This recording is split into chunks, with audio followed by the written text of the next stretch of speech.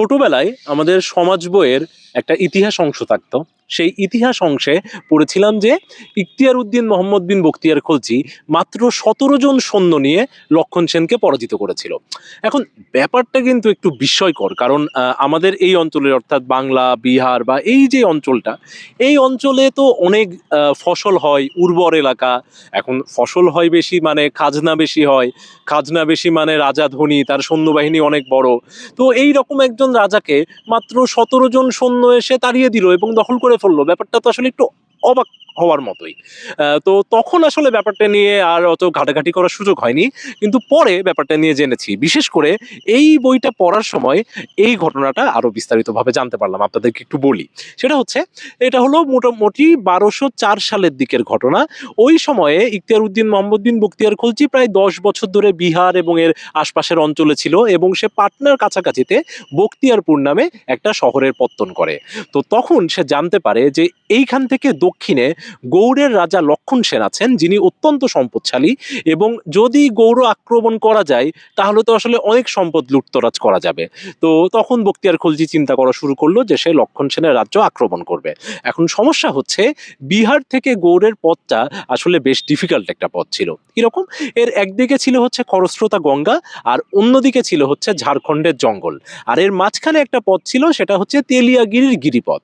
এখন এই গিরিপথ দিয়ে যে গৌড় আক্রমণ করা যায়, কিন্তু লক্ষণ সেন আবার বহুদিন ধরে এটা বুঝতে পারছিল যে যেহেতু ইখতিয়ার উদ্দিন বেশ কাছাকাছি আছে, সে যে কোনো সময় আক্রমণ করতে পারে, তাই তেলিয়াগিরি গিরিপথে লক্ষণ সেনের সৈন্যরা দীর্ঘদিন ধরেই প্রস্তুত ছিল। তো ইখতিয়ার উদ্দিন চিন্তা করলো যে সে যদি এখন এই তেলিয়াগিরির গিরিপথ দিয়ে আক্রমণ করতে যায় তাহলে আসলে অনেক ক্ষয়ক্ষতি হবে। সে হয়তো যুদ্ধে জিতবে, কিন্তু তার অনেক সৈন্য মারা পড়বে। তো তখন সে চিন্তা করে যে সে আসলে ঝাড়খণ্ডের জঙ্গল দিয়ে যাবে, এবং তেলিয়াগিরির গিরিপথে যেই সৈন্যরা আছে লক্ষণ সেনের, তারা তাহলে টেরও পাবে না। এবং এই চিন্তা করেই তারা তখন ঝাড়খণ্ডের জঙ্গল দিয়ে নদী আক্রমণ করে, অর্থাৎ তখন এটাকে বলা হতো নবদ্বীপ। এখন এই নদিয়াতে কেন আক্রমণ করে? কারণ লক্ষণ সেন তখন নদিয়াতে অবকাশ যাপন করছিল।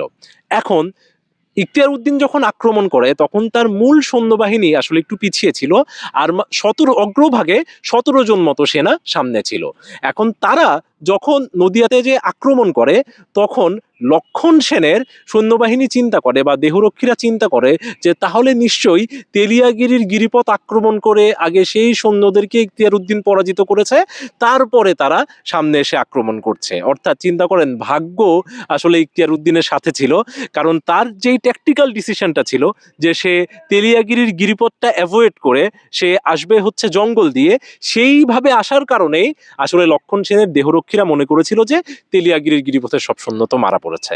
তো এই খবর পেয়ে লক্ষণ সেন তখন পালিয়ে, তার ওই সময় রাজধানী ছিল বিক্রমপুরে, বিক্রমপুরে চলে যান, এবং তার সাথে অন্যান্য যেই পণ্ডিতরা ছিল বা তার যে সভাসদরা ছিল তারাও তার সাথে পালিয়ে চলে যায়। তো এই যে বৃদ্ধ রাজা পালিয়ে চলে গেলেন এবং ভাগ্যটা ইখতিয়ার উদ্দিনের জন্য প্রসন্ন ছিল, সে কারণেই আসলে ইখতিয়ার উদ্দিন লক্ষণ সেনকে পরাজিত করতে পারে, এবং এটাই আসলে পরবর্তীতে মিথের মতো হয়ে যায় যে ইখতিয়ার উদ্দিন মোহাম্মদ বিন বখতিয়ার খলজি মাত্র ১৭ জন সৈন্য নিয়ে লক্ষণ সেনকে পরাজিত করে।